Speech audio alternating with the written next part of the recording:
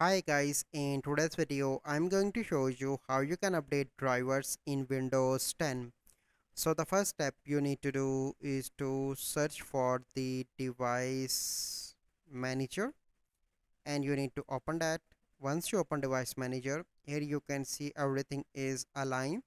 So let's suppose I want to update my graphics, uh, you can say drivers. So click here, for example, first click here and click on update drivers, and here you can see two options: search automatically for drivers, browse from computers. So I want to automatically, and here you can see that the best driver is already installed, and click on close because I recently update. So this is a process that you need to follow to update drivers. So I hope you find this video helpful. If you find this video helpful, must like this video, subscribe to our YouTube channel for future videos. We'll see you in the next video. Thank you. Have a good day.